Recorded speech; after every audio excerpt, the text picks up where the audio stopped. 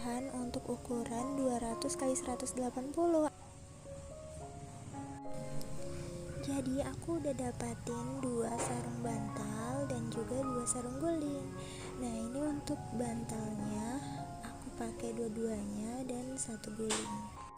Untuk kualitas bahannya ini tuh adem banget dan aku bener-bener suka karena halus juga. Jadi ini tuh the best. Ditambah lagi di bagian sulitnya itu terdapat karet. Jadi kita tuh nggak perlu khawatir kalau kasur kita tuh kusut. Oh ya, untuk ukuran single itu harganya juga murah banget loh, kisaran 100 ribuan aja. Jadi untuk teman-teman yang mau samaan langsung aja cek deskripsi box aku ya. Segini dulu video dari aku. Semoga kalian suka dan bermanfaat. Dah.